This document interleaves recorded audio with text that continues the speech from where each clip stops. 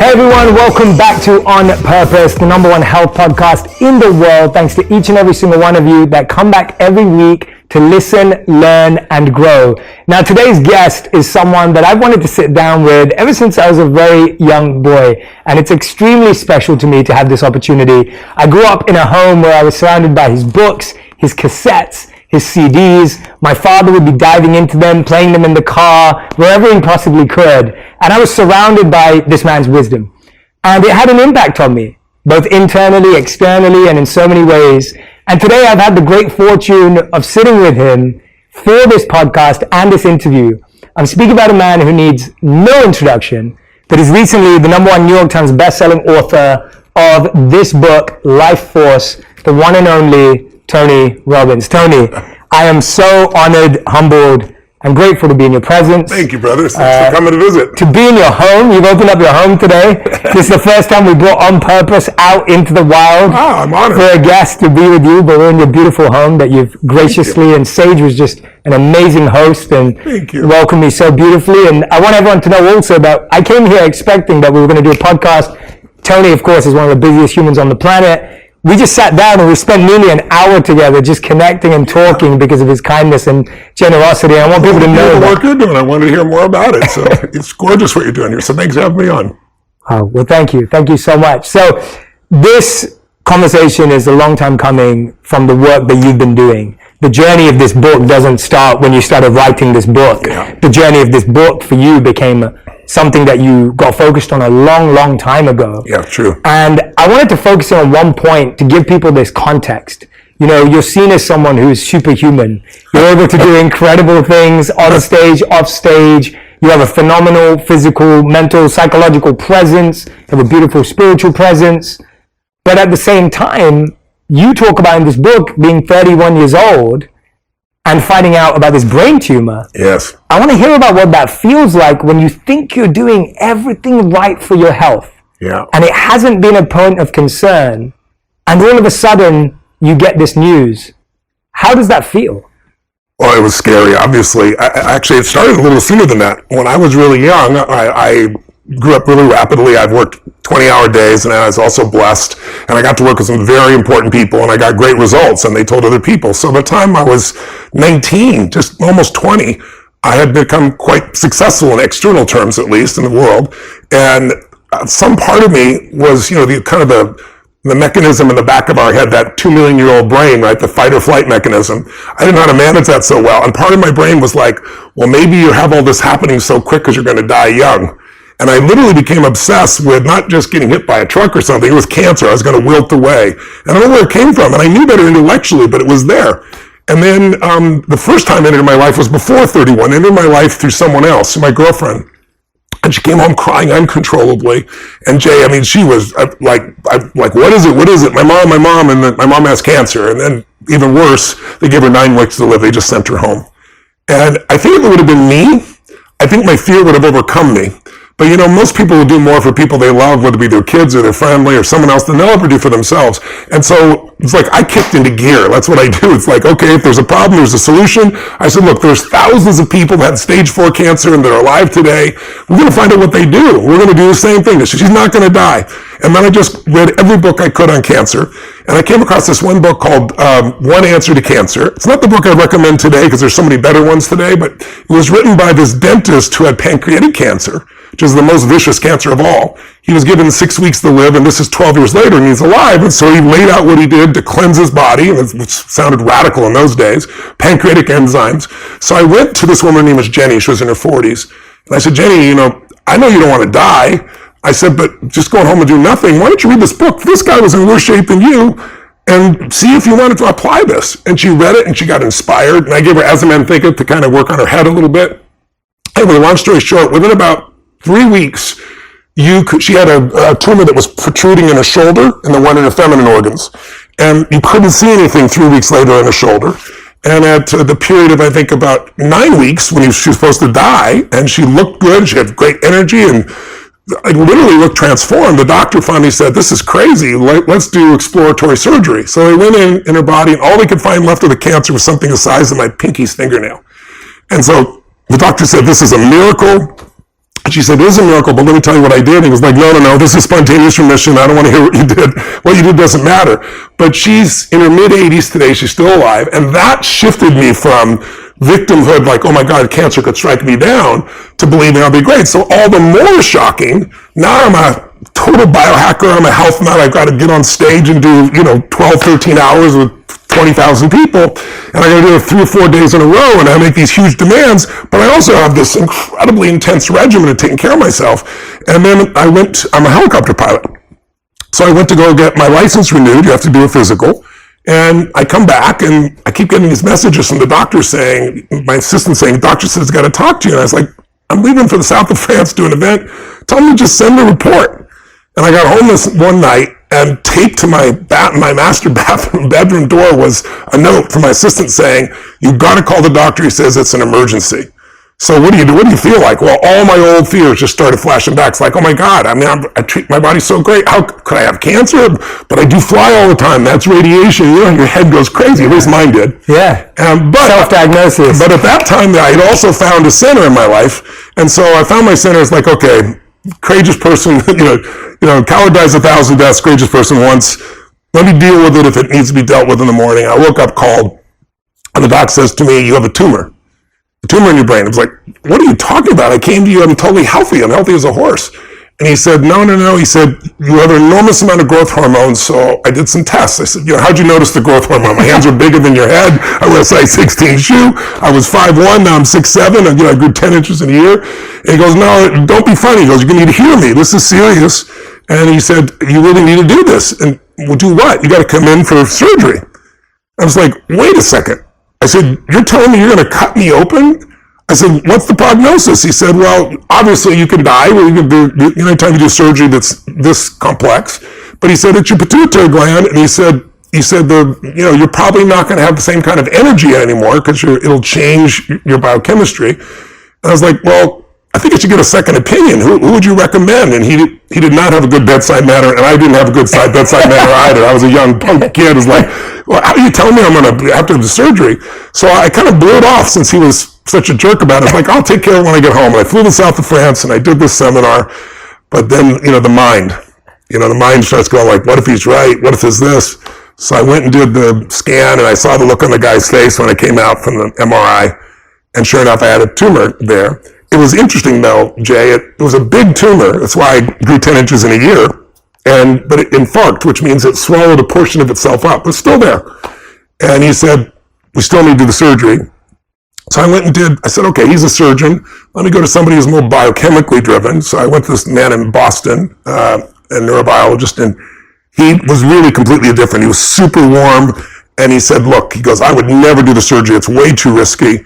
There's a place in Switzerland you can go to, and you can take an injection once every 6 months, and you'll never have to worry about it, because what they worry about is gigantism, it's called. It makes your arteries get really big, and then you have a heart attack. And I said, well, doc, you just said my arteries are perfect. And this happened 12 years ago. I said, why would I do anything?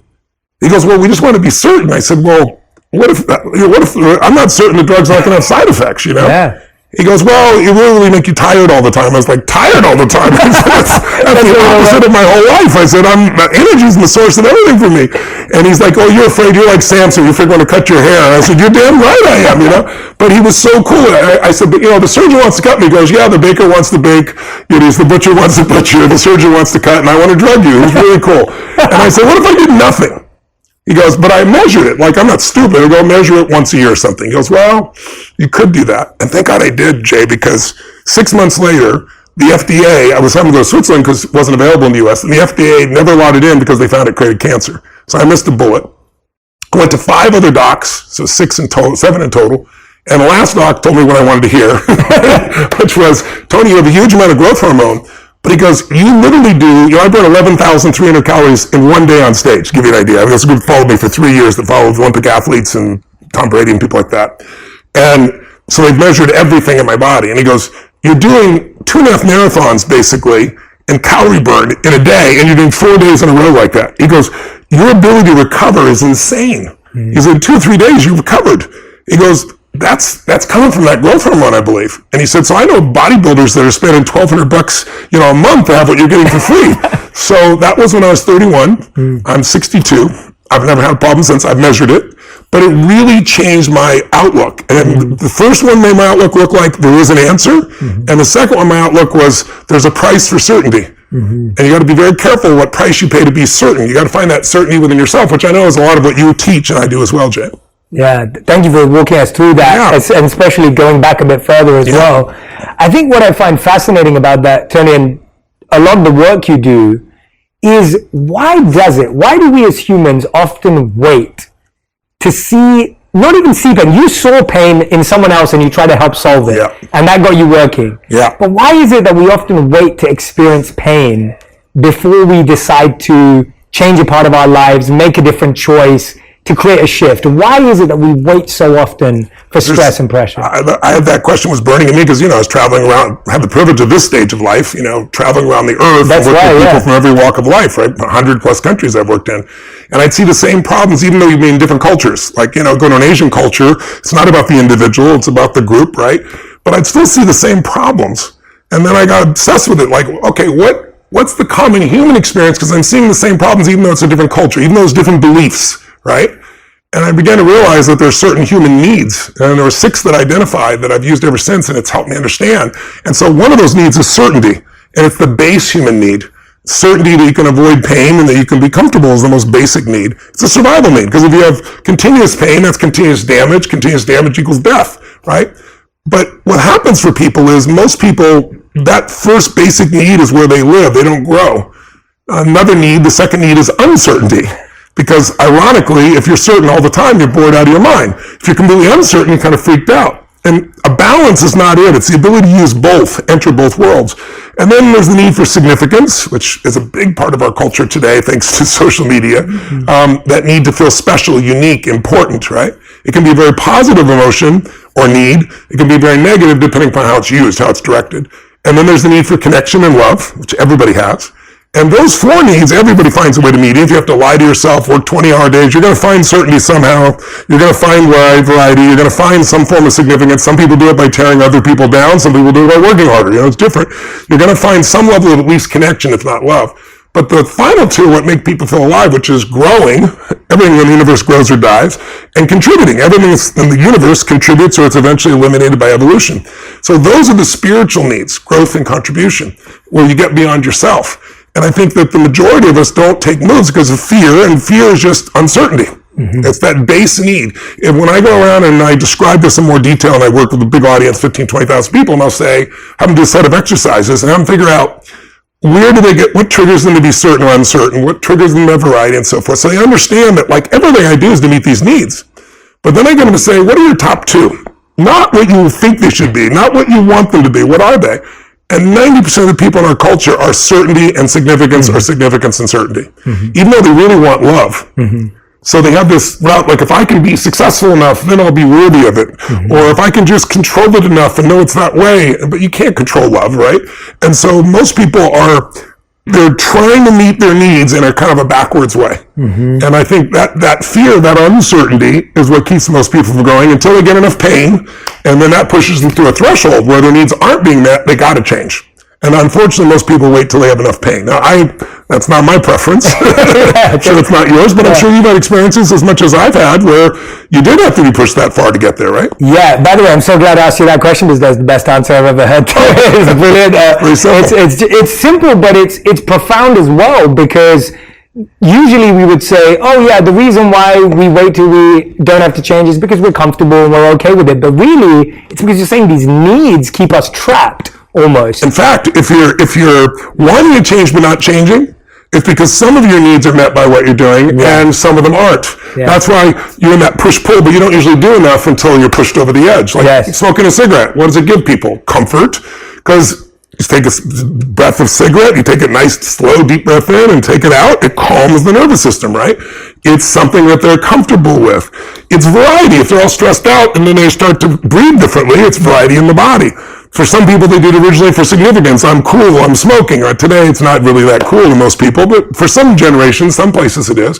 Some people see it as a connection with themselves. But if all of a sudden you're now in a relationship with somebody who doesn't smoke, and you really love them and you want their total love and attention, and they're completely disgusted by cigarettes, now my needs for love, right, are really strong, and my need for this comfort is really strong, and so you have this push-pull. And then some people make the shift, some people don't. Yeah, you know? Absolutely. Well, what you said to me really rang a bell for me, and we spoke a bit about it earlier. Like, I came to a point in my life, there was one point earlier when I left the monastery where I really struggled with my health, which I've spoken about before. But even more recently, and it's interesting, you were 31, I'm 34 now, and it was probably around a similar time, 30, maybe around 30 years old, where I realized that I had two choices. I either had to slow down or I had to up my focus on my health. Right. And that's why I'm so excited about this book for the world to read. Yeah. Because you're giving us opportunities and access to thought and ideas and practices and medicine that can help us up our game of our health. Yeah, massively. Because often what we do is we choose to slow down. We choose to just go, okay, well, I'm just going to do less. Yeah. And you and I think we both connect on the fact that actually giving and service and contribution and making an impact on such big needs that I was just like, I don't want to stop though. Like, just as you said with the energy point, I don't want to not be able to do as much and give more. Yeah. So how do I change my health? And that simple decision, it's what led me to be attracted to what you're doing in this book and the work in this area. Talk to us a bit about that energy piece. In the book, you talk a lot about boosting your energy through natural compounds. Yes. And when I was reading about this, I was fascinated because we're not hearing about this everywhere. If somebody were to tell you 5 years ago that you could reverse aging, people would laugh at you. But today, there are billions and billions of dollars being spent by the richest people in the world, mostly in Silicon Valley, and some of the greatest scientists in the world. There have been breakthroughs in the last 5 years that are amazing. So there's a man named Dr. Sinclair, David Sinclair from Harvard. He's probably the #1 longevity expert in the world, and I write about him in the book. And one thing is he's 53 chronologically, but he's 33 biochemically. I've applied what he's taught me for 6 months now, since I met him, 7 months, maybe 8 months now, and I'm 62, but I'm 51. And my goal is to get it down to 41 or 42 if I possibly can. But you go, how's that possible? Well, there are ways of reversing, everybody knows their body's made of stem cells, I'm sure by now, and there's ways of reversing the process of a stem cell, literally from skin back to pluripotent, where it can become anything. The man who did that was Dr. Yamanaka, won the Nobel Prize for it. David Sinclair took his work, applied it to reversing the aging, and he started with mice, and he took these mice that had glaucoma, so they burned out the nerves in the eyes, and those don't regrow. And he's the first time, he'll probably win a Nobel Prize from this, he reversed the aging process and grew back their eyes so they have sight again, to give you an idea. They're using gene therapy. There's a young man that I interviewed in the book there who was on America's Got Talent, who was blind, who now can see by this gene therapies. These are the types of things that just sound like magic. The book is filled with things where I interviewed 150 of the smartest scientists, Nobel laureates, regenerative doctors and scientists to show you what's happening right now that you might think would happen 20 or 30 years from now. It sounds like magic. Or within 36 months. That's what it's all really based on. But here's what I want your audience to understand around energy. So everybody's heard of the genome or their DNA, right? You can think of the genome as being like the piano keys. But the music is played by a player, which is the epigenome. Epi means above. And the epigenome is affected by your diet, your exercise, how much exposure to radiation, etc. Well, most people have heard that. But the epigenome really is governed by 7 master genes. They're called sirtuins. Now, your audience doesn't have to remember all these names, but just stay with me. Just think there's 7 master genes that do 3 or 4 things that are critical. First, they turn on and off the different genes in your body. That's the epigenome. And if you turn on the wrong ones, you age too soon, or your energy drops. So when this is fully fueled, when those sirtuins are doing their job, everything happens in the right way. Second thing they do is they reduce your inflammation, which is the basis of most breakdown in the body. Third thing they do, which is critical, is they help your mitochondria, which is the energy force inside every cell in your body, convert food into energy, into ATP. It's pretty important. And then they have a separate task, that is they clean up your DNA. So at 35 or 34, you have a certain amount of exposure, more than when you were 20. Mm-hmm. When you're 50, it'll be even higher. At 60, even higher. Well, around 40, your stem cells drop off the cliff. Around 50, the sirtuins, the fuel of sirtuins drops off the cliff. And that's called NAD, which I'm sure some of your people have heard about, you may have even spoken about. You can do NAD as an IV. It doesn't absorb a lot, though. NAD, though, has a precursor called NMN, like never, mother, never. I'm sure you've heard of it. And so I've known about that. And so, but I didn't understand that if you don't have enough NAD and NMN, then the body has to decide between Do I help the body turn on epigenome? Do I help it reduce inflammation? Because there's only so much. Do I really help it create enough energy in the cell, or do I clean up the DNA? So imagine you have a mansion and you have a young staff and your house looks perfect all the time because they're young and bright, and on top of things break down, no one notices, they clean it up. But as they get older and slower, and then there's less resources, NAD, now the mansion starts to break down. That's aging. So what Dr. Sinclair did is figure out how to supplement that NMN. And you can go buy NMN on you look on Amazon even, and there's probably a list of a dozen or so brands that do it. So we tested 6 of them just for price points of $39 a month to $129 a month. And there was no NMN in any of them. And I asked the lab guy, I said, are these people just thieves? He goes, well, most of it comes from China, so I can't say for sure. He said, but what I can tell you is what's more likely is NMN breaks down in less than 30 days. So by the time it comes from China, gets to your door, there's nothing in it. So they built a more stable NMN, which we have and use, but there's something coming I want your audience to know about. No, shut up. I've talked about this a long time. No, this is amazing. This is fascinating, yeah. So there's a company called Microbiotech and Eden Rock, this merger of these two companies. They saw the power of NMN, and they said, if you could find an M&M that was stable and was even more absorbable, it would transform people. So, for example, in a mouse, they give NMN to mice and they live 30% longer. So not all mice studies transfer to humans. They take an old mouse, like a 70-year-old person, be like a 20-month-old mouse, okay? So that's an old mouse. And they put them on a treadmill, and the most they can run without collapsing is about 1/4 kilometer. A young dynamic mouse, like a 21-year-old, can run 4 times that, a full kilometer. Wow. 14 days on NMN, and the old mouse, the 70-year-old mouse, will run 2 to 3 kilometers, 200 to 300% more. So again, I read about this, I was like, well, will that really transfer to humans? Yeah. So this has been the breakthrough. It only happened a few months ago, right before I published the book. The Special Forces in Boston for 2 years has been doing a private study that's been top secret about using this new form of NMN that's called MIB 626. And it'll be available in 18 to 24 months. Wow. But it got out because the commander, they just finished the 2-year study. First year was safety, second year was efficacy. And the commander was debriefing his team and didn't realize there was a newspaper person in the room. So part of it got out. It was in the Daily Mail a couple weeks ago also. And they only know a part of it. I can't tell you the things. I'm an investor in a company. I can't tell you what's not public, but I'll tell you what's public.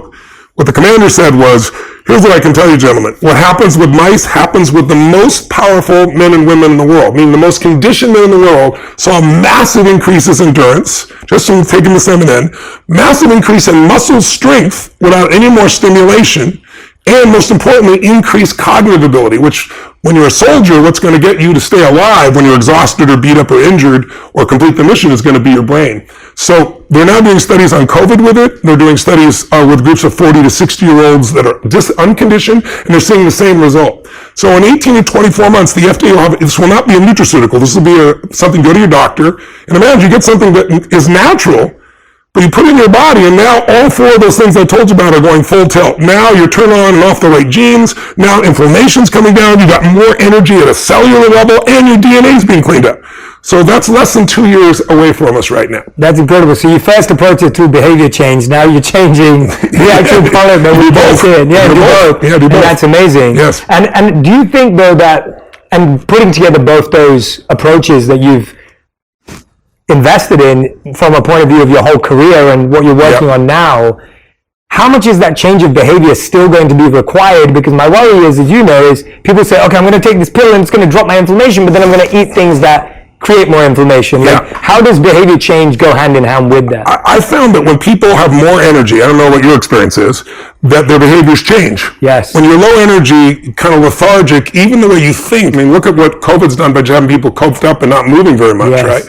I've had a chance to use this product. There's products available right now of NMN. I've been using those, and they're very powerful. But this one is even more visceral. I mean, you feel like you're ready to buzz around. I cannot wait. It's like, it blows my mind what it does, right? So I think when people feel like that, my experience is, they tend to develop different patterns. Mm-hmm. It's just like if you've ever gone on a cleanse, even for a short time, your palate changes. Mm-hmm. And all of a sudden, you don't like the things that you once liked. Mm-hmm. So my hope is for people there, but I don't just rely on that, as you know, because I teach people all the other ways to shift their life.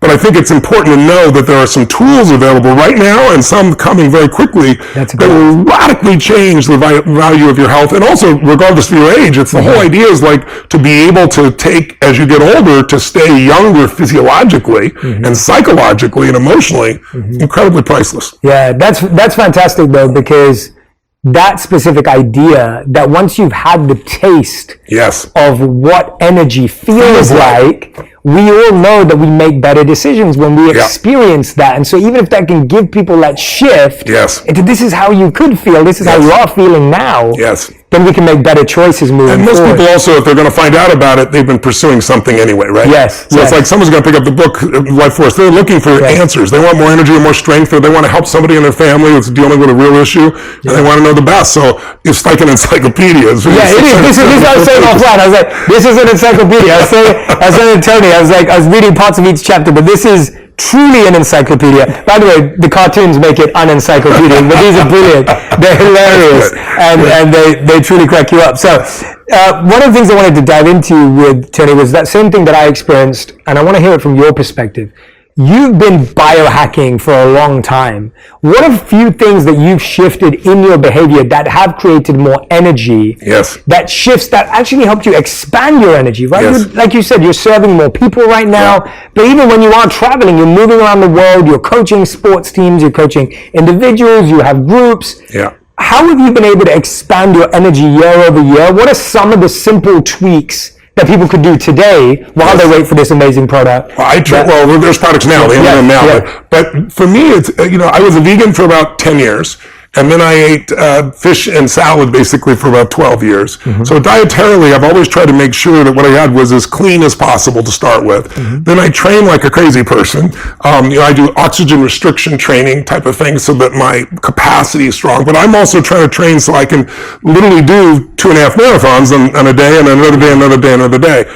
For me, the most important thing I think has been for me is, believe it or not, has been a combination of hot and cold temperatures that I use. Like I start every single morning in the freezing water, and I do it for two reasons. One is it moves every bit of blood in your body and all your lymph in your system, but also kind of train my brain to say, when I say go, we go. It's like, there's never a day I look forward to going in the water. But I have, 56 degree water here, but in my home in Sun Valley, I go literally through the snow and get in the river, which is, like 39, 40 degrees in the wintertime.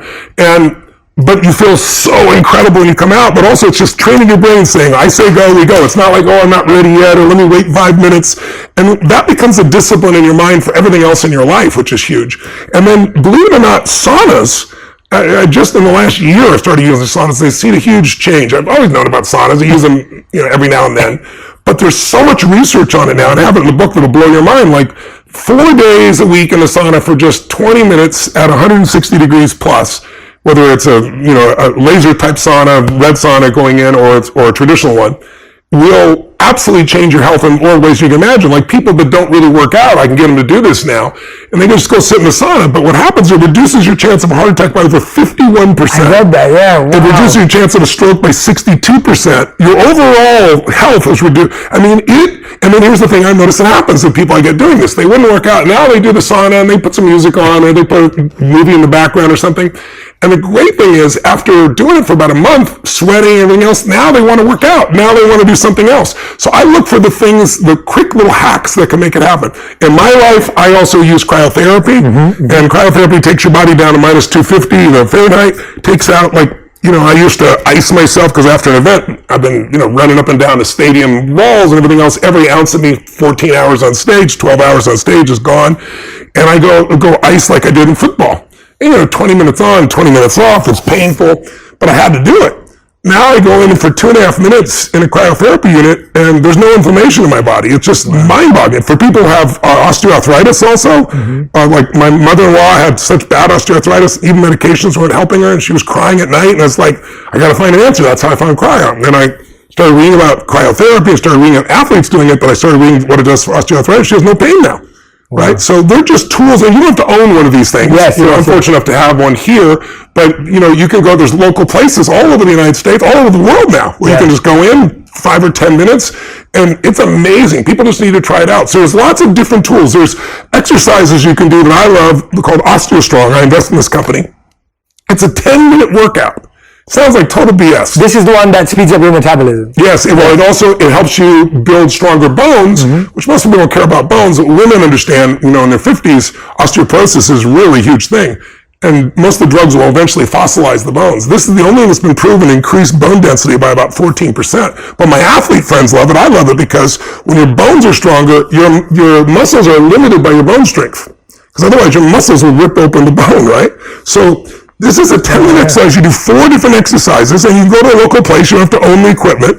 And literally you're done in that time. And you see the transformation. First time I did this, I remember I worked with this woman. She was about 63 years old, and I went to Gold's Gym with her because he didn't have these machines then. There was a way of doing it with weights. It was a little bit spooky if you screwed up because the weight was so heavy. And there was this guy who was like, 25, 26 years old, ponytail, and sweating like crazy doing the leg press. And we had a camera crew there, and she says, sir, he took a break and he's sweating. And she goes, sir, could I just get a quick sit in between you? And she's in normal clothes, and she's like 63 years old, looked like she was almost 70. And he thought he was being punked, right? He gets up, and she goes, could you put another 100 pounds on? Literally another 100 pounds on. And so there's a technique where you use an extreme amount of weight for a short period of time, and it stimulates it. Because you don't get growth by working out. You get growth by rest. But you have to have a stimulus that's strong enough. And I started doing, I bench press in those days like 240 pounds, and then all of a sudden I bench press 525. I did 1,600 pounds on the leg press, and the guy from Gold's Gym came over and filmed me. He's like, you're doing this with your mind. I was like, no, anybody can do this. But now they have these machines, so you don't have to worry about the weight being too heavy or dropping on you. So there are these little tools that can make you stronger, make you faster. And then there's simple things I never did, like I was working on the sleep chapter at 6:25 in the morning, and I had to be up in 2.5 hours. I'm like, what's wrong with this picture? Because my whole thing was, my wife loves to sleep. 8 hours, 9 hours she'd be thrilled. Yeah. My thing is, I'll sleep when I die. Right. But then when I was doing the research for this book, I met this doctor who's a top neurobiologist up in Northern California. He works for Google and everybody else. He's considered the top sleep doctor in the world. And he says, Tony, I think I can convince you. And I said, good luck. Give me your best shot. And he said, well, I did a study. We got a study with 1.6 billion people on sleep. And I go, you couldn't have possibly coordinated that. And he goes, I didn't have to. It's all the countries, 70 countries that have daylight savings times. Wow. And he said, here's what you got to do. His name's Dr. Walker. He says, Tony, all you got to do is look at the real numbers. Let me show you the numbers. And he showed me that for 3 days after we spring forward, you lose 1 hour. In every country in the world, on average, heart attacks increase 24%. Wow. And when we fall back and you get 1 extra hour, all around the world in 70 countries, on average, 21% decrease in heart attacks. Wow. And then he does the same stats on accidents and everything else. And then he showed me stats that show, a man that slept 4.5, 5 hours a night, like I was doing, usually had testosterone levels by somebody 10 years older than me, where that got my attention. So it's a combination of sleep. It's a combination of the right diet. It's a combination of the right stimulus of exercise. It's really doing those fundamentals that make a difference for you. And then it's doing these cool things like stem cells that completely changed my life. Yeah. What do you think, having said that, what do you think is the greatest human skill? Not habit, but mindset and skill. That's a great question. I don't know if I got there's so many. It depends on what you want out of your life, right? Yeah. But I think the ability to manage your own mind and emotions is probably one of the single most important. And maybe the second is the ability to influence others, because that's what makes you a leader. Mm. And hopefully you're doing that for a higher good, because there are all kinds of leaders, as you know. But I don't think most people are very good at emotional fitness. Mm. Most people are just not as happy as they could be. I did one book, Money Master the Game. It's kind of like this. Yes. Only what I did in that case is I interviewed 50 of the smartest financial people in the world. Yes. Ray Dalio, Carl Icahn, Warren Buffett. And out of 50 of them, and again, it's in my judgment, I could be completely wrong, and I've spent a lot of time with them. Some have become really good friends. There's probably 4 or 5 that are really happy people. You go, money makes people unhappy. Money, it has nothing to do with money. Money makes you more of what you are. It just magnifies. If you're mean, you have more to be mean with. If you're kind, you have more to give, But I think that most people are they haven't learned to manage what's going inside. It doesn't matter how much abundance they have, they're still unhappy. We've all seen people great comedians that have killed themselves. Anthony Bourdain, beautiful man, traveled the world, killed himself, fashion designers that have done it. We've all seen all these different people, Kate Spade. And it's like, what? They had everything except they didn't master what was going on here and here. And you know, this is why you lived your life the way you have as well. So I think that skill set is the most important one. That's why even in the book, my last 2 chapters, I make it the most important, because it's really about the power of the mind. Because like everybody knows about placebos, right? They were only discovered in World War II. And it was discovered by accident. This doctor ran out of morphine, and he's treating these people that are badly injured. And, you know, you need the morphine not just so they're out of pain, but so they don't go into shock. And the actual person who discovered this, who gets no credit, was the nurse, because the nurse handed him a syringe and said, we've got some more morphine. So he believed it, and he said, you'll be out of pain in just less than a minute. He injected them, and in every case, none of them went into shock.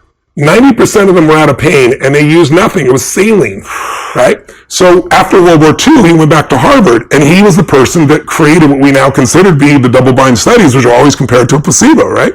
And what most people don't know is the bigger the placebo intervention, the more powerful the mind believes it. So a small pill is less effective than a big pill. An injection is more powerful than a pill in terms of its effectiveness. The most powerful is a sham surgery. The Veterans Administration did a study, and they did on people doing knee surgeries, and they took 1/3 of the people and they just cut them open, anesthetized them, and sewed them back up, did nothing. A year later, this group, the group that had no surgery, had the least amount of pain, the most amount of flexibility, so they stopped funding those surgeries, to give you an idea. But that's how powerful it is. And so it's even more than Harvard did a study where they took barbiturates, made these big red pills, and said, this is an amphetamine, you need to prepare your body because you're going to speed up. They didn't give them something fake, they gave them an actual drug that slows the body down, and the body sped up. So most people don't understand the power of the mind. And so what I try to do is show people, even in this book, here are the things that you can do to take control of your mind, because if you take care of your body and then you don't take care of your mind and emotions, you're going to be miserable. Yeah. Who cares? Yeah. What sparked that question was something you said. You said that you start your morning by jumping in the cold. That's right. And you never feel like doing it. And you said that, I just said to my body, it's time to go. That's right. And that's what sparked the question, because I was like, that's a really interesting skill. That you've trained yourself to be okay with discomfort. Yes. You're training yourself as your first skill of the day is, I am okay with uncomfortable things. Yes. And I know I can get through them. Yes. And that to me is what sounds like a really important part of emotional fitness. It is, because unless you can push through discomfort, most things that are going to give you the greatest reward require discomfort initially. Yeah. Right? And the discomfort, it's like, you know, my original teacher, Jim Rohn, used to always say, you know, there's 2 pains in life, the pain of discipline or the pain of regret. He goes, discipline weighs ounces, regret weighs tons. You know? And so I've trained myself to do that. And then when I meditate, then I always make an acknowledgement call briefly, or leave a voicemail for someone just to spark the day. And then I do, the first thing I do is always whatever's the most difficult. Yes. Because then you have momentum for your day. And when you train your brain to do what's difficult first, then emotional fitness just comes naturally. And more importantly, so does achievement, so does your ability to contribute to other people. Because I have 105 companies now, to give you an idea. I manage 13 of them directly, you know, ongoingly. And, you know, in all kinds of different industries, from AI to, you know, my resorts in Fiji to sports teams I own. And I mean, it's insane, the dichotomy of them. We're doing $7 billion in business, so I got to do that while I'm being a good dad to 5 kids and 5 grandkids, while I'm taking care of my body, while I'm living my normal mission. So if I don't take care of my body and my energy and my mind, I mean, you'd be overwhelmed by all the demands, because, listen, all I got to do is pick up my phone and you're going to have all kinds of, oh, that's cool, oh, shit, that's it. Because, you know, what are the chances with thousands of employees on 3-4 different continents now that somebody's messing up? If messing up is not what I think they should be doing, it's 100%. So I'd always be in reaction until I trained my brain to say, no, you know, problems are a sign of life and all they are challenges to be solved. And what makes you a great leader is your ability to solve problems or teach teams to build a culture where they can solve problems. And so it gives me this tremendous creativity and flexibility, but I've got the base of energy to make it work. Yes, exactly. And you've given yourself the permission to say this matters first before we get lost in the 7 billion and 105 companies and all of that. Yeah. And I think that permission is often the toughest part. Yeah. But one of the things that stood out to me was I sat down, and this was a really beautiful answer that I want to share with you because I think it will spark where I want to go next. I interview a lot of Navy SEALs, and I like sitting down with people who've had extreme experiences, because I feel that extreme experiences have opened up different parts of the brain, different parts of the body that we've never had. And the spirit. And the spirit too, exactly. And one of the people I sat down with was Jocko Willink. Yes, I love it. You know, he's been a leader for 25 years and incredible Navy SEAL, highly accomplished. And I asked him, and we were on Zoom, right? This was during the pandemic, so I didn't even get to have this with him. Yeah. And that's why I'm so grateful for this. Me too. I sat with him, and I said to him, I said, you've done everything that's difficult and uncomfortable, potentially known to human beings in your field. What's the most difficult thing you've ever done? And I didn't know what to expect, and I never do. I try not to project or predict what I think someone's going to say. And he said to me, he said, the most difficult thing that I've been through is watching a fellow trooper go down next to me and having to carry on the mission without getting the moment to save, to mourn, to hold, to carry. He goes, I just have to continue the mission. And that was just an answer that, you know, he could have said, oh, it was like standing in the cold water, he was doing this, he was doing that. And so I wanted to ask you, what was the most difficult thing when you know all this and you've seen someone's pain and either they weren't willing to apply it, you saw them too late? Has there been someone in your life that you're like, I had all these tools to help them with, but they weren't ready to receive, or that it wasn't accessible at that time for them? Has there been that, or have you found that you've always found a way to get through? And not even you personally, I mean, in your personal life too. I first of all I agree with what Jacques told you, which is, you know, dealing with the loss of someone you care about is probably the most difficult thing of all. I would say maybe as a child, seeing the level of frustration between my parents, you know, I had 4 different fathers, and watching them kind of, you know, accept whatever life gave them. It's why a lot of my drive came about, is seeing my fathers be berated by my mother, who I love dearly, and just watching them break down. Like, you know, probably the single most painful event of my life, but also shaped me in such a beautiful way, was when I was 11 years old. We had no money for food, and it was Thanksgiving, which in America is a big holiday feast. And so we'd been without food before. We'd have crackers and butter, and we survived, but we weren't going to have a Thanksgiving feast. And there's a knock at the door, and I go to the door, and there's this giant guy there with groceries in each hand, and he had a pot beside him on the ground with an uncooked turkey. And I said, who are you here for? He goes, I'd like to speak to your father. And my mom and dad were yelling at each other, saying things that you could never take back. And I'm trying to make sure my younger brother and sister, they're 5 and 7 years younger, wouldn't hear any of this. And that day changed my life, because I thought it was going to be the most exciting day. Dad, go to the front. What is it? I said, it's for you. You answered. No, it's for you. And I remember they opened the door, and I was just so excited to see my father be happy. Like, we're going to have a feast. This is going to be incredible. And he got angry. And he's like, we don't accept charity. He went to slam the door in the man's face, and the man's foot was there, so it bounced off his foot. He still opened the groceries. He's like, sir, I'm just a delivery guy. He said, it's not charity. Everybody has a tough time. Someone bought this, and they're sending it to you as a gift. And my father said, we don't take charity. He goes to close the door again. This time the guy's shoulder was there also, so it bounced off again. And then I was standing right there, and there was this moment I'll never forget, where this man looked at my father, and he looked at me and he said, sir, don't let your ego make your family suffer. And the veins on my dad's face, on the side of his neck, I'll never forget, they bulged, like his face turned red. I thought I was going to punch him in the face. And there was this moment, my dad's shoulders dropped. He took the groceries, slammed the door, didn't say thank you, and stormed off. And I always remember thinking, like, how come he's not happy? You talk about pain. It's like, I love my father so much. And there's basically 3 decisions that I think everybody makes in their life, that whether they're aware of it or not, moment to moment.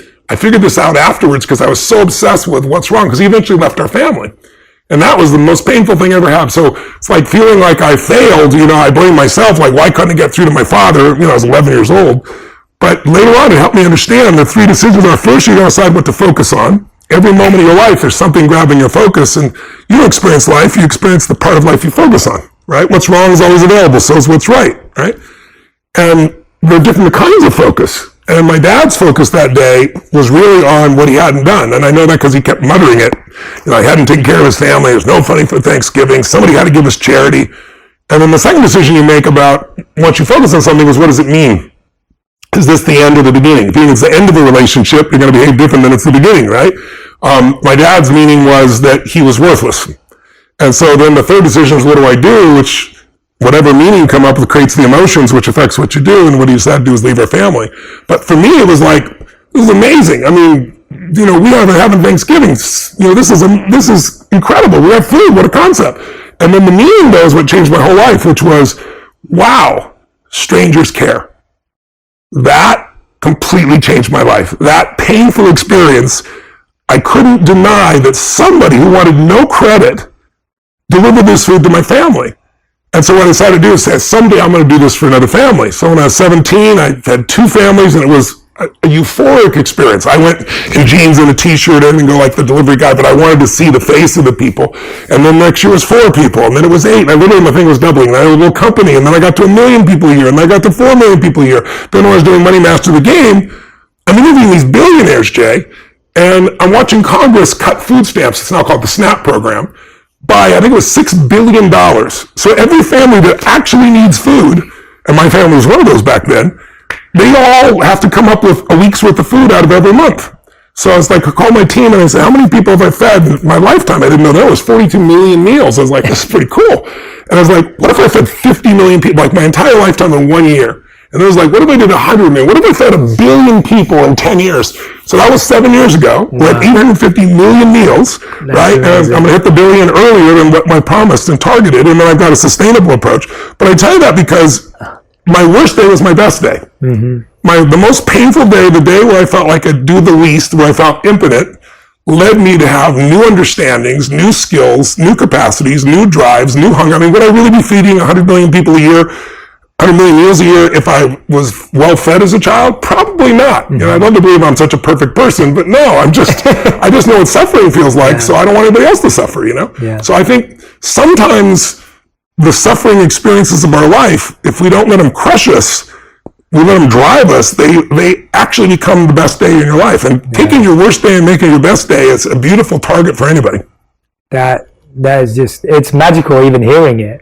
It's a magical experience. Yeah, exactly. I can only imagine, like, just hearing it, I'm just, it's such a beautiful visual. So to live it is just, on the other end of that. Thank you for sharing that so much. It's such it's so profound and so wonderful with the questions that I have. You see there's grace in life too. It's like, if you can, like, I used to think in the early days, because my mom was beautiful. She's the most influential person in my life. And yet she also, when she drank alcohol and took, prescription medication, she got crazy. Yeah. So she smashed my head against the wall until I bled, or feed me liquid soap. And I never told anybody about this when she's alive, but I had this group of young kids that I could see, a tall white guy who seems to be quite successful. What does he know? So I told him the whole story. But out of all that, it's like, if my mom had been the mother I wanted her to be, I'd probably not be the man I'm proud to be. Yes. Like, I had to grow. I had to become a practical psychologist at 11 to manage her so that my brother and sister weren't messed up.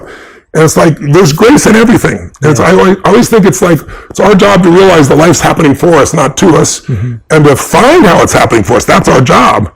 If we do that, then we have a magical life. If we don't, but if your energy's low and you're exhausted, then you don't find those empowering meanings. Yeah. That's why, to me, you can't separate the mind and the body. Yes. You got to feed the mind and strengthen the body on a daily basis in some way. And if you do that, life can be pretty miraculous. Yeah, and I did that for too long. I can actually relate to that. And it was my wife that turned me onto the body, because I was one of those people that focused on the mind and the spirit. Right. And as I shared with you earlier, ignored the body. Yeah. Because I thought, well, I'm young, I've always been healthy, I don't really know what physical health looks like. Yeah. And then my wife is a nutrition, a dietitianist, an Ayurvedic health counselor. She comes into my life and she's just like, you need to do this. You need to change this in your diet. And I'm thinking, why are you asking me to change? But it was so fascinating to me because it's exactly what you just said. Yes. You can't disconnect the two. And going on that, you said focus and mood about your father. Yes. You have a whole section in here dedicated to focus and mood. Yes. Walk us through that, because what you just explained to us is the emotional focus and mood of your father. Yes. But here you're talking about how the physicality of focus and mood can affect us. They go together. Yeah. I'll give you an example of how powerful they are for the psychological side. Right now, out of COVID, so many people have been shut down in a terrible place.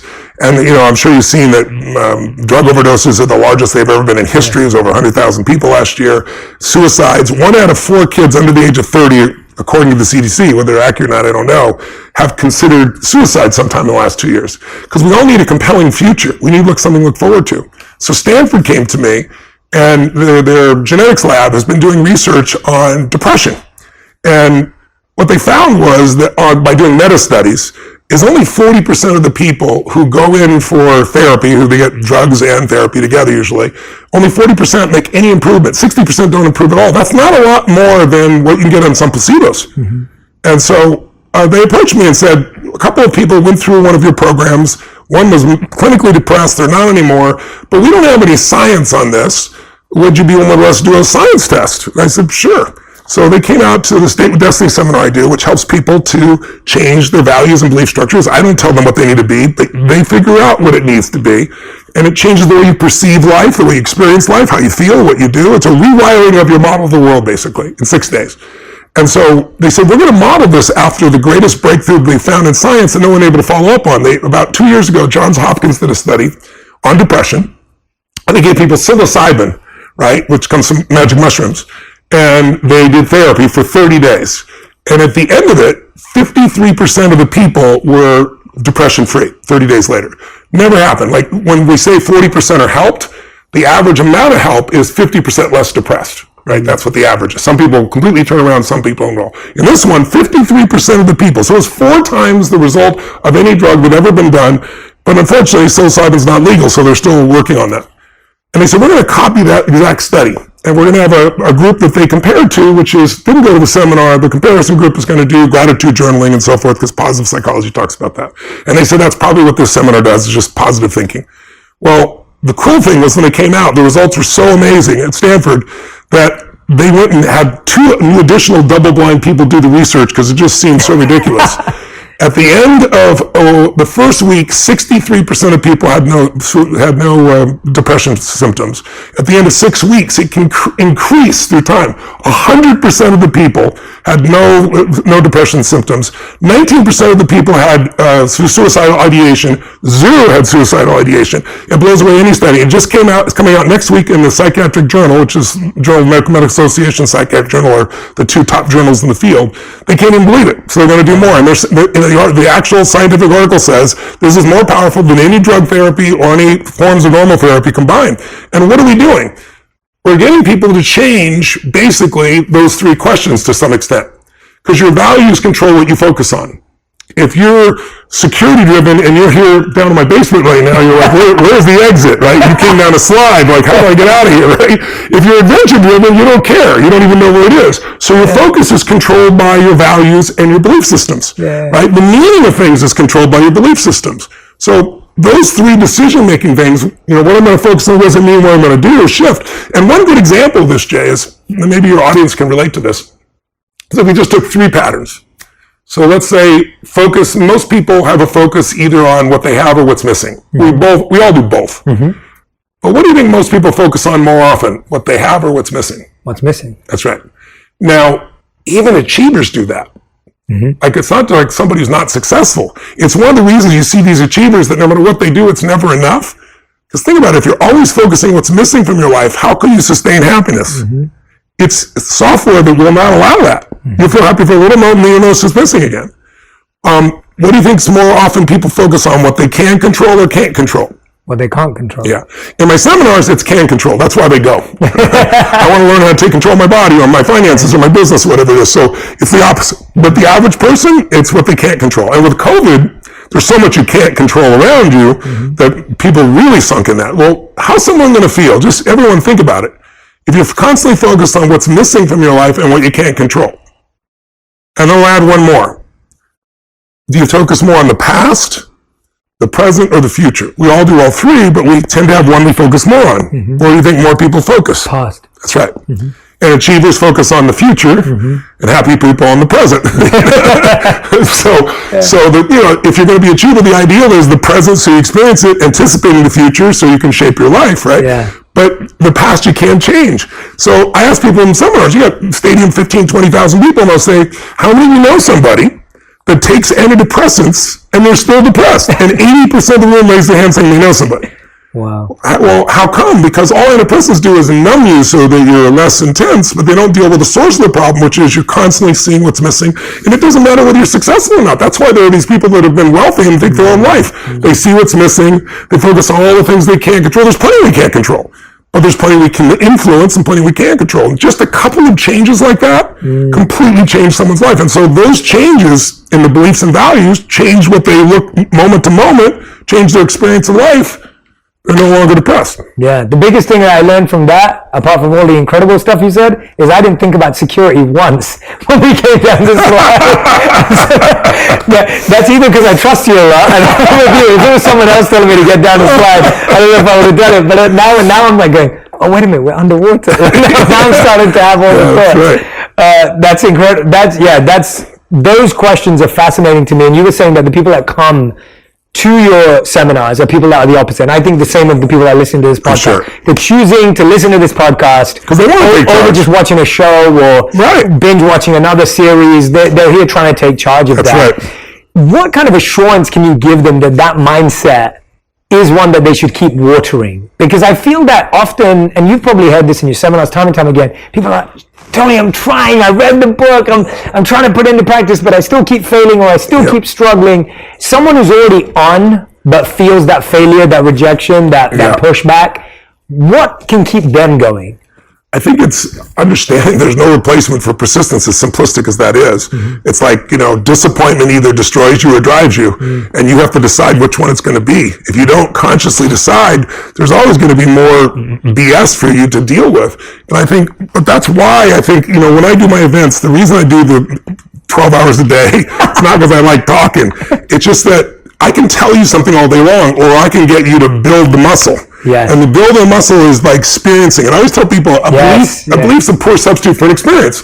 Like, I can have a belief about you, but not experience you. So I get to know who you are, right? The same thing true is like, you have a belief about China, you have a belief about working out. So I try to give people experiences that are so profound. And then, the studies they did, they found people 12 months later, 11 months later, we're still in the middle of COVID. They did my digital seminar, and they measured my body, like the amount of times I jump 1,000 times a day, and I weigh 282 pounds, and I come down 4 times the body weight, so it's 1,000 pounds times 1,000 pounds of pressure. My lactic acid, if you've ever been with a friend and you're running and you can't talk, the point you can't talk is a level 4 of lactic acid. I'm at an 18 and still speaking. So they decided to do that on my audience.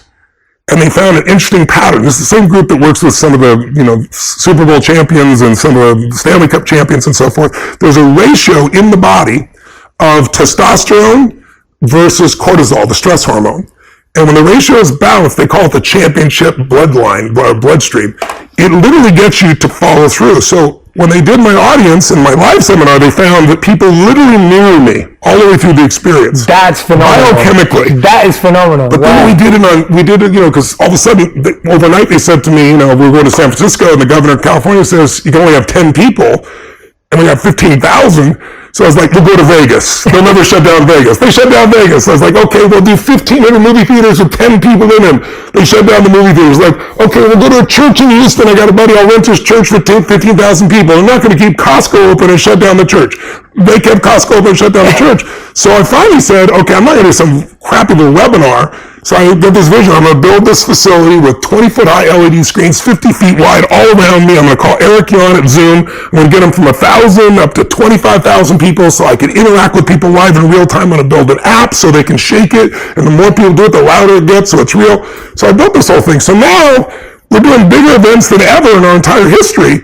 But they did the same measurements on them in different parts of the world and saw the exact same mirroring process. Wow. And the average person, even digitally, 71% of the people, they had 71% drop in negative emotions, 53% improvement in positive emotions, and 11 months later, in the middle of COVID, it held because it's a biochemical change. So when people say, "Oh, I'm trying," I write books because it's an easy entry point to people. There's so much you can learn from a book, but there's nothing like the experience. That's why I do the events. And like these last 2 years, because of COVID, I did 2 6-day free events. We had 800,000 people attend for 6 days just 4 weeks ago, because I just wanted people to have answers where they are. And then people start to see, they get momentum. But it's hard to do just reading something or watching a couple of 20-minute or 15-minute or 5-minute little pieces on YouTube. Yeah. Those are great. They might inspire you. But a transformation requires immersion. It's like if you ask the average person, did you study a foreign language in school? Most people, high school, college, speak it. They don't. But if you turn around and you said, okay, what if you want to learn Italian? And I just took you to Rome and dumped you off for 6 weeks. With no teacher, you're going to come back 6 weeks later speaking, Italian. So it's immersion. And if you want to master something, I think that's the thing that most people don't do. They read a little bit, they listen a bit, they dip in and out. They don't go day and night and day in total immersion in something that transforms them, and also something that makes them push through their fears. Because in the end, that's the only thing that stops me. Everybody's got a story. I didn't know this person. I don't have the resources. They have all the things they don't have. But if you're resourceful, you can get the money, you can get the time, you can get the energy, you can get anything you want. And you've got to get over your fear to be resourceful. So we do experiences that are so physiologically profound that those fears do not stop you anymore. And that's how we get people to get, 10 years later, they're still transformed from an experience that was one weekend. The fact that people are mirroring you, that is, even through a screen, that is mind-blowing. It is mind-blowing. And through a screen, too. That blew my mind even more. What's really cool about the screens is, like, if you're in my seminar, you're in a giant stadium, and I'm a dot. Most people watching me on a screen anyway, right? Unless you're in the front rows. But I can see your eyes and feel what's going on. I'm running around the building. Here, I can scan so many people, and I see them in their home. I see them with their children. I see the interaction with their husband or their wife. I see what they're eating. And I'm with them 12, 13 hours a day for 3 or 4 days. And we start here, for example, at 10 a.m., and we're in 195 countries. So we got one for 25,000 people, March 17th through the 20th here. And you will have people in Australia starting at midnight and going till 1 in the afternoon the next day for 4 days. And people in Italy are doing it at a different time. So it's like we literally have the whole world engaged. So that's been the blessing of COVID. It's like I always tell people, you use stress or stress uses you, right? I had to figure out how to use COVID, and I wanted to serve people, and we found the way. But again, none of this happens when you run out of energy. Because your brain will just go, oh man, I've tried everything. You walk yourself out of it. And I love, the thing I love about immersion in events or retreats is that you actually build friendships. That's like the community that's the community built. For sure. The community of that accountability of we're doing this together, we're growing together, we're building together. That there are people who think like me and look like me. I'm intrigued, Tony, at this stage in your life, what do you look for in a friend? A friend? Yeah. Well, that's an interesting question. Yeah. Most of my friends are people that are unbelievably driven to contribute. I think, if you want an extraordinary life, you don't have to do that much to have a good life for yourself. So it's like most of us, if you find something you care about more than yourself, and I know you know what I'm talking about, Jay, and you want to serve something, like you and I both, I think, see what we do as a calling. It's not a work per se. If it was work, I don't need to work another day of my life, but I'm called, So I think my friends are people that are called, and my friends are people that are funny because I love to laugh. But I'm the kind of guy, I'm so easy. If I go to a movie and somebody sacrifices and does the right thing, I cry my eyes out. It's just like, I've done since I was a little boy, there's something inside of me that just says that's the goodness of the human spirit, And so my friends are people that are made up of that, basically. And I have friends that are incredibly successful, the best in the world what they do. I have a lot of friends that are 18 years my senior, 20 years my senior, and I've known them since they were, 45, and now they're 75 or 80. And so they've given me kind of see the road ahead. Everybody's path is different, but the road of life changes. And I'm in a stage in my life now where I'm able to mentor people at a different level, just because I've had so many life experiences. I've had to take it to history. I've been there with Gorbachev at the point when he's trying to figure out what to do, or Princess Diana when she's deciding, does she want to no longer be princess? I've had some wild experiences, the greatest athletes in the world at key moments in their careers. So I've had these cool tickets to history, which have put things in such a perspective that when stuff happens that upsets people, it's like, compared to what? It's pretty simple compared to what most people are having to go through. So I feel really blessed. But I hope people, in the book, one of the things I hope people pick up that, young people don't think about very much is testing. I was never a person that kind of like you with your wife, right? I'm going to do this thing. And then in order to perform, I've learned every biohack. But I don't want to get in the system to get measured. But today, there's some amazing tests. So I really used to be afraid of cancer. There's a brand new test. The one thing in common in the book I should mention is I tell you all these stories of these amazing human beings that have created these breakthroughs.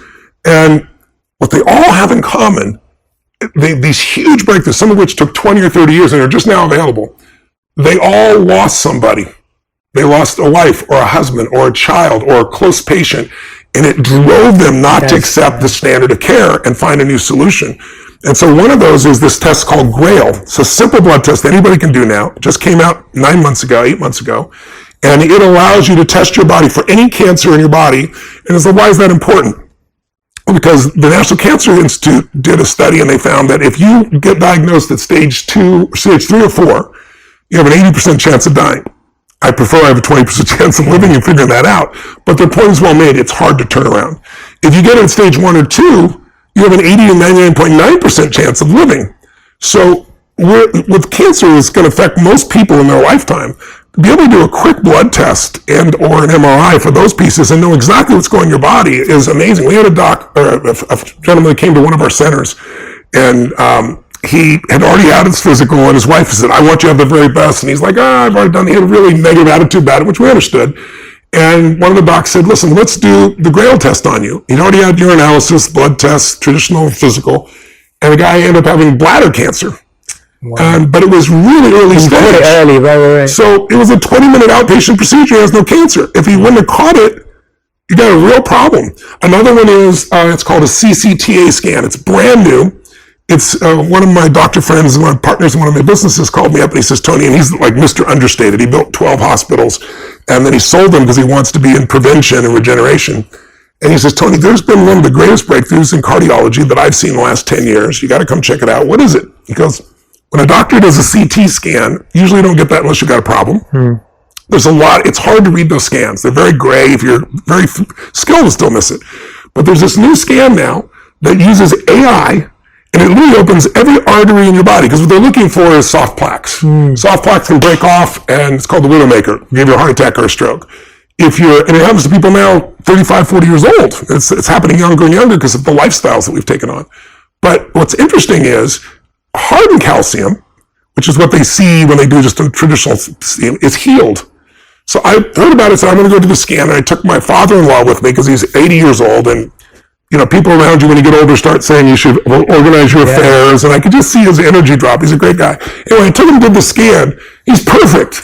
He's absolutely perfect, and his entire attitude changed. Plus, we have the stuff we do for a lot of the great athletes think their careers over, where they scan an area where you've had an injury, and they use ultrasound, and then they use this fluid, amnio fluid, and they open up the channel so that a nerve that's been trapped or some area heals. It heals in minutes. And so my father-in-law also had this hip problem. He healed his hip problem in 30 minutes. His heart's perfect. We get on the airplane on the way home, and he looks at me and goes, "Tony, these people talk about living 110, 120. I don't know about that, but I could live another 20 years. I got a great heart. I got this great body." And he's like, "I'm walking perfectly." He goes, "You know, you've been married to my daughter 22 years. That's like another lifetime, And so what I love is what it does for people. And then same thing with hormones. When somewhere between 35 and 40, sometimes early 40s, hormones start to change radically. Women are more attuned to hormones, but they learn hormone replacement therapy. But like I had a guy that came, he was 39 years old, gained I think it was 35, 38 pounds or something like that. Really working out hard, making no progress, lost his sense of drive. And we said, "Well, have you looked at your hormones?" He goes, "Yeah, my doc looked at my hormones. My hormones are fine." When we look at the blood test, and his hormones, his testosterone was 160. Most men don't feel alive unless they have 700 to 800, some as much as 1,000. So he doesn't need replacement technically to be alive, but to have his body functioning at ideal was missing. So all he did was small amount of testosterone, total transformation, loses weight, got his drive, got his libido back, got everything else back. So there's some little things you can do. There's metal tests. I had a really bad hit with mercury because I was a vegan. Then I felt like I needed some other form of protein, so I started eating fish. And all I had was salad and fish. But I had tuna and swordfish were my favorites. Those are 75-year-old fish that eat all the smaller fish, and we polluted the water so much now, they're filled with mercury. And so I went to go get this set of tests, and they tested me, and on a 0 to 5, where 5 is extremely concerning, I was 123. And so I've spent the last 4 or 5 years getting that mercury out of my body. It literally it interrupts your ATP, your energy level. Like if you start feeling foggy or exhausted or tired, it can be metals. And about 1 out of every 3 people, including friends that are 25 years old, because of the environment we're in right now, they go and they discover they've got cadmium or they've got lead or they've got mercury. So I really encourage people to go do that metals test. If you're not feeling great, a lot of times what people think is aging is just metals. Yes. And you can get them out of your system when they're small, and it's a hell of a lot easier than what I've gone through in my life. And it's really interesting because you keep pushing, you can get lost in the fact that it's all in your head. Yeah. And the truth is, it isn't always all in your head. It's sometimes it's physiological as well. Yeah, I had that recently where I was actually feeling fine, but I went and did a lot of micronutrient tests, I did a lot of other tests. I want to go and do a lot of the tests you just recommended. I'm going to definitely ask you where I should go. But I went and did a basic vitamin D test, right? I've been doing these since I was a kid. Yeah. And I went, and my doctor and my health coach was looking at the stats and everything, and she said to me, Jay, you're at a 10. Wow. The average is 60 and 100 is good. That's She goes, I don't know how you get out of bed in the morning. Yeah. And that affects your hormones, by the way. Correct. D3 affects your hormones. Yeah, and I was like, I get out of bed just fine. Yeah. And she couldn't believe that I was... You can overcome a lot with your psychology. Correct. Right? I was doing the same thing with mercury in my body. Correct. But I was thinking, imagine if my body was like too. Like, just imagine what would be possible. Yeah. And I think that's why I love what you've done with this book, Life Force, because that's what it's placing emphasis on. Yeah. It's like, go get tested. Go check it out. I love how you use the language of coaches, not commanders. Yes. Right? Like, you're not saying to anyone, this is exactly what to do and this is how to do it. You're saying, please go and experiment with these things. Please go and practice them, implement them into your life. That's right. And I cannot wait to figure out how to implement all these things in my life, because I think it's so easy to sit back when you're in your 20s, in your 30s, yes, and just go, oh, I'm okay right now. Things are okay. I can pretty much get away with a bad night out or a cheap meal. You know what else I read this book for? Even the subtitle says it. It's for you and somebody you love. Yes, I love that. You're at the stage of life you're in, you're going to start finding more people, whether it be your parents or someone else, is in a challenge. And so there's, like, whether it's, like, for me at this stage of my life, I know so many people that, I don't know, 2 times a month at least, someone calls me and they have a family member with cancer, or somebody's starting to develop Alzheimer's, or somebody had a stroke. And I didn't know what the hell to do before, right? Because the standard of care is so weak in those areas. But here you've got answers that'll blow your mind. Or, somebody with Parkinson's, for example, like a grandma or somebody like that. There's this new technique. It's unbelievable. They use ultrasound. It's called incisionless brain surgery. They don't cut you open anyway. I saw this woman who's on 15 medications. I don't know if you've seen somebody with Parkinson's, but they can't even hold a glass. She couldn't walk across the room. And it's an outpatient process. It's in 100 universities and it's covered by insurance now. This is how unbelievable this is, and most people don't know about it. You go in, it takes about an hour to find the pinpoint spot that's creating the tremor. They treat it for 30 seconds. The woman comes out of the MRI, right? And she gets up, walks across the room, and I'm watching her, and then somebody hands her a glass, and it doesn't hit her like at first. I don't know if you've ever seen somebody gets those audio implants and they hear for the first time, they cry. Yes. Well, they hand her the glass, and she can hold the glass, and she just started crying uncontrollably. That was 2 years ago. 2 months ago, she did a 50-mile bike ride, right? I mean, that's the kind of tools available. Wow. If you've got someone's got osteoarthritis, and even kids 35, 40 years old, the athletes, can create some real challenges in their body there. There's a new injection. This is not approved yet. It's at phase 3 trials. So phase 1 is safety, then phase 2 is efficacy, and then phase 3 is efficacy at scale, then you get approved. So it's in the final stage. They think it'll be approved either in the fall or spring of next year. One injection, if you've got osteoarthritis, it causes your own stem cells to regrow all your tendons based on the original DNA input. So it's like 16-year-old tendons, even if you're 30, 40, 50, or 60 years old, and no more osteoarthritis, brand new tendons inside your body. So this is the kind of world we're in right now. These are things that are happening right now that people just don't know about. And why don't we know about them? And why is it that you have to go and dig all? Because it seems like what you've done is you've mined. I've gone in mind and gone to the very best to bring this to the fore. Like all my billionaire friends, they all know this because they all want the cutting edge, right? So all I do is kind of took what I did with Money Master the Game. That's how I got introduced to some of this. And then and also with my own needs, I tore my rotator cuff so severely. Yeah. I was following a 22-year-old professional snowboarder down a hill, and I'm not a professional snowboarder. I could not make those moves. And literally when I woke up, I was unconscious. I thought I broke my neck. I ripped my rotator cuffs. So what do? I go to 4 different doctors. They all say, surgery. Well, what's the prognosis? Well, you may not lift your arm above your shoulder again. It could tear again. How long to repair? How long to rehab? 4 to 6 months. I'm going to be on stage doing this with one arm over here. So I work with a lot of greatest of all-time athletes, and Cristiano Ronaldo was supposed to be out for 3 months. He did stem cells. It took him 2.5 weeks. Wow. So I was like, what about stem? No, they don't work. And then it's like, I had the final doc literally look me in the face And he was a fan of my work. I didn't know going there. And he's like, oh my God, you're the Tony Robbins. He goes, oh no, you saved my marriage. You made me all this money. Da, da, da. And he goes, thanks for hearing that, but now I got to be your doctor. And he puts my spine up and he goes, life as you know it is over. Literally what he said to me. And I said, well, you clearly didn't go to my communication seminar. and he's like, this is not funny. Don't make a joke. This is real. And he goes, you know, you have severe spinal stenosis. I'm in pain for 14 years. And he goes, one good hit and you're quadriplegic. No more jumping, no more running, no more life. And like, if you hit in the stomach and you're ready for it, I wasn't ready for it. I got to be honest. So there's 2 hours of my feeling like my life was over, and then I got my head back. And then I was like, okay, I'm going to check out stem cells. And I met Bob Harari, one of the top guys in the world.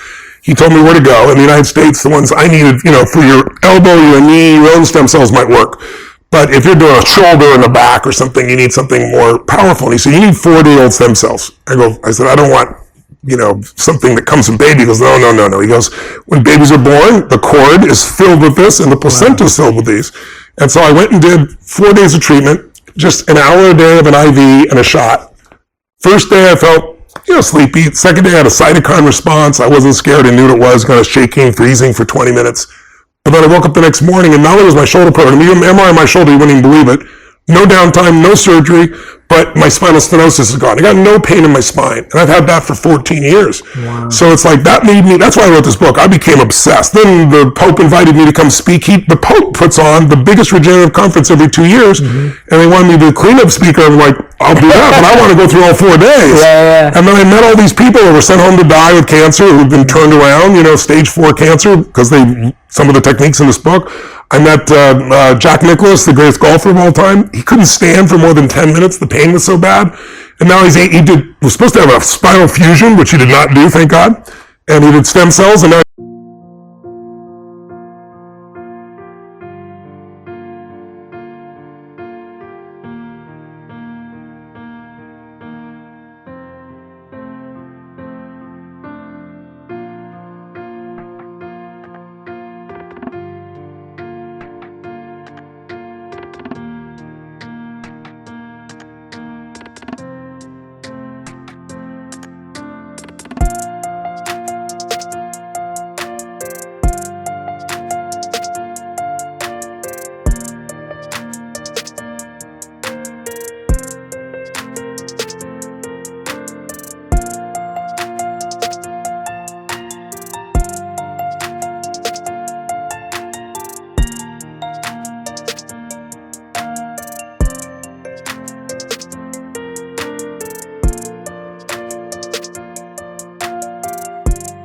I was 82 playing golf and tennis again, so I was like, I became an evangelist. And then I went and said, I want to learn the best of everything, and I learned it was much more than stem cells. It's this, just like you see technology doubling in power every 18 months and having a cost, we are code now. So most people have heard of CRISPR. I mean, we're literally curing diseases that have never been cured in history before, and we're at the beginning of that growth curve. So it's only up from here, and the opportunities are extraordinary, but you can think of yourself, but you can also think of people you love who might need your help, and now you'll have answers. Definitely. I'm so grateful to you, Peter and Robert, for putting this book together, because like I said, I just dived into it and into each chapter, and it's just so comprehensive. It's so dense. It's got every study and research that you need to convince you that it's out there. And I love what you just added to what I was saying, that we need to go use it for the people we love. If it's not for us, let's go use it for them. And then one day, because you helped everybody else, they'll be there for you. Exactly. Tony, you have been so generous with your time. Thank you. I've enjoyed it very much. So generous with your energy. Thank you. And of course, in doing all the work and putting this book together, you can tell that I'm writing my second book right now, and I can tell that when you see a book that is this well researched and this deeply done, you know that a lot of work has gone into that. So I want to recommend, we're going to put this in the link, in the caption, in the comment section, everywhere, the link to this book. I know that it's already been an incredible international best-selling book all over the world. So if you haven't already got it, I highly recommend you go and get it. Get it for a friend too. Get it for a family member. Get it to give it to someone as well if you know that they need this right now. And of course, get it for yourself. And I'm donating 100% of the profits in this book, as I've done all 3 of my books, last 3 books, to Feeding America. So we're feeding 20 million meals there.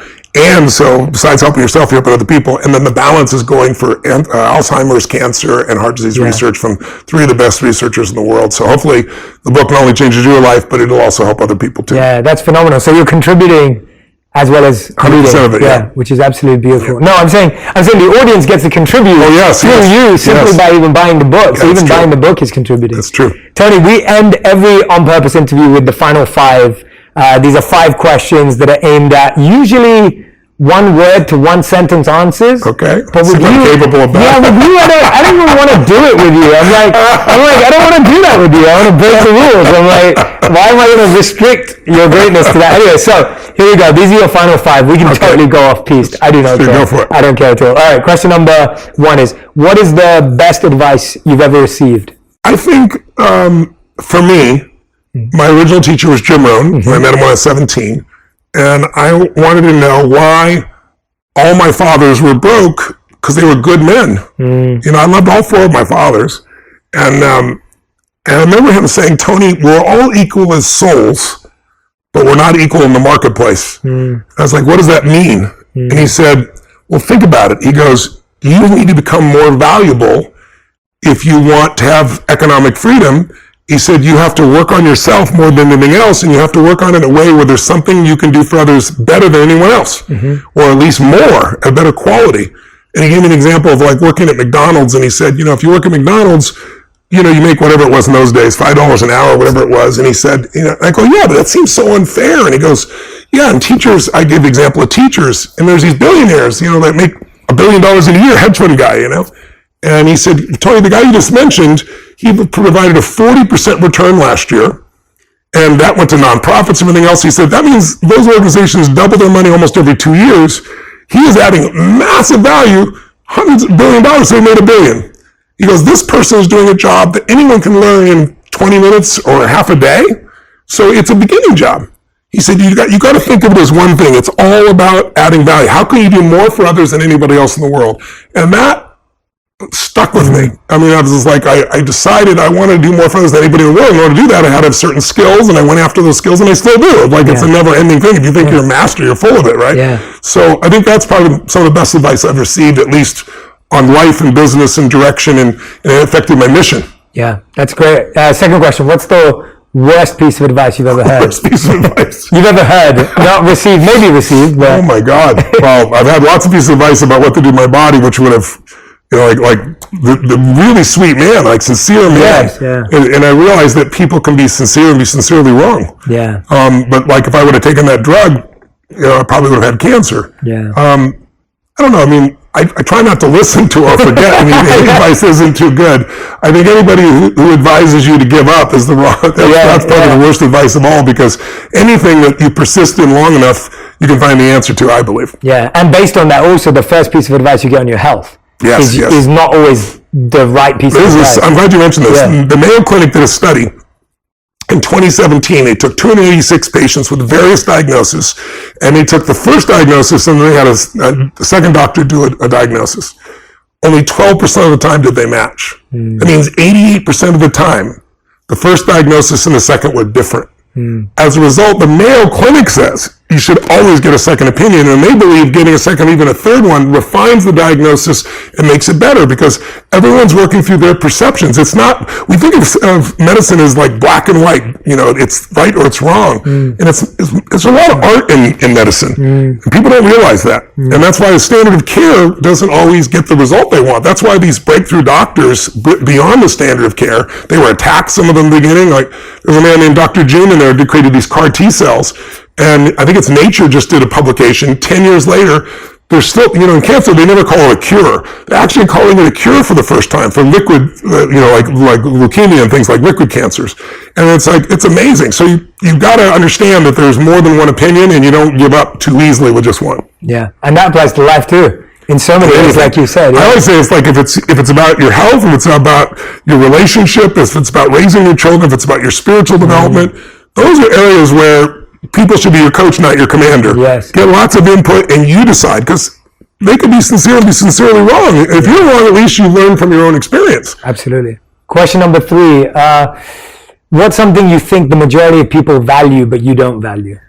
fame, but it's easy when you have something. Then it's like easy to go, well, everybody wants it, But it's like when you experience. When did that happen? Was there ever a time you valued fame, or was it the experience of it that made you devalue it a little? I wouldn't say a devalue. I still appreciate it. It's a privilege. Like I get, I can walk in the room and have people that I have a connection with, But it's been more based on my contribution to them than just being famous per se. Yes. Yeah. Okay. Got it. I mean, that's the difference. See, like a lot of my friends in the movie business, like somebody comes up and they get upset because they don't even know who I am. They just want something from me.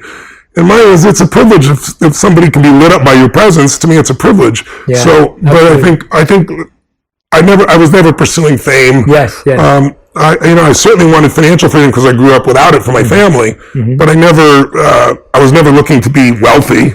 But I'm fortunate enough to have a lot of economic freedom at this stage. So, but I know that there are people that have got billions of dollars. I've worked with them and they're miserable. I've worked with people that have $1 billion and they take their own life. Yeah. What matters is where's your emotional home.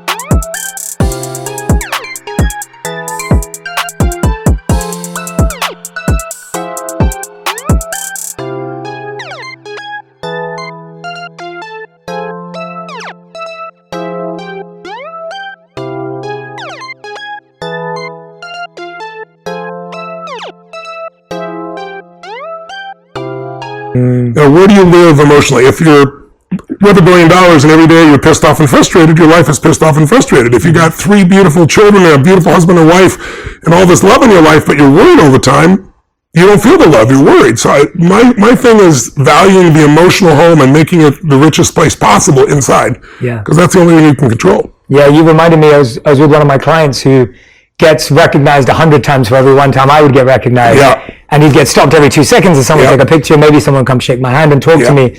And we spent a whole day together, and this would happen multiple times a day for him and a few times for me. And he said something really beautiful with me that mirrors what you just said now. He said to me, Jay, the difference between me getting stopped and you getting stopped is they stop me for who I play in the movies because they stop you for who you are. That's right. And that's what I feel with you. It's like what you were saying there. It's like, that is a privilege and an honor. Total privilege. And humbles me because it's the idea of, that person, he's like, they don't even know who I am. They don't know what I stand for. They don't know what I care about. So that was, thank you for sharing that. Thank you. All right. Question number 4 is, if you could create one law that everyone in the world had to follow, what would it be? Love. I mean, love as funny as it is, love is the answer, right? It really is. I think fear is what, if there's a disease of humanity, the disease that messes us up, I think really is selfishness. Yeah. And I think if there's a cure, it's love. Yeah. And I think you can't mandate it, but when people experience it, it becomes a mandate in their life, I love that. Absolutely. And 5th and final question, you mentioned a book to me that I must read, and you said you wanted to talk about it in the podcast too. So 5th and final question, I thought maybe I'd let you share on that point. Yes. If you wanted to talk about cycles. That's a book I read. I think it came out in the early 90s. It's called The Fourth Turning. And the conceit of the book is that there are seasons in history. And as I mentioned to you earlier, if you think about like what gives somebody power in any context, it's 3 things. It's pattern recognition. So if I'm great at running businesses as I am today, I'm pretty good at it. It's like I recognize there's only so many patterns. I know what to do. I can anticipate, not react. I can grow it. If you're great in, let's say, the stock market, you know to recognize patterns. If you're great with music, you recognize patterns. If you're great spiritually, you recognize patterns. But the second skill is you don't just recognize them, you can use them. Mm.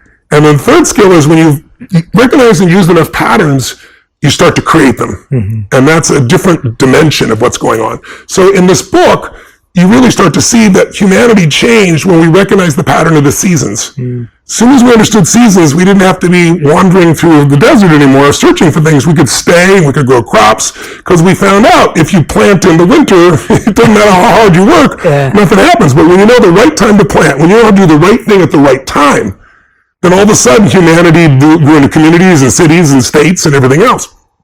Well, we have also seasons of our life. So, in some of the traditional, let's say, Indian philosophies, I'm sure you know, we can look at these 4 stages, but we can look at it and say, well, the first 20 years of your life, roughly, you're primarily learning and taking things in. Some of us had to work at 5 years old and so forth, but overall, that's how it is. From 20 to 40, that's springtime. Summer, you're figuring out who you are. Okay, they told me all this crap, nobody tested it. Do I really believe that? Does it really work? I now have real relationships. I think I'm invincible. Maybe I'm not. I've discovered 20 to 40 is this massive growth period in your life. And if you grow during that time, 40 to 60 is really a reaping time, right? It's like the fall and the autumn, and things come together and things go great. And then from 60 to 80 and maybe 80 on, if you have an extended winter, that's the winter time where now you get to be kind of an elder. So everyone is going to hit winter if they live long enough. Meaning some people experience winter in that 0 to 20 stage. Some people 20 to 40. When you experience it, shapes your life a lot. So in America, the generation we call the greatest generation is the generation of World War II. And they were not respected as young people. I bring this up because millennials, older people very often look at millennials and go, oh, they're snowflakes, they can't handle anything. And some are. Every generation there are people like that. But the generation that was born, let's say, in 1910, that generation, if you think about it, they came of age going to that 20-year-old range. What happened in those 20 years? Well, World War I ended and America was one of the winners.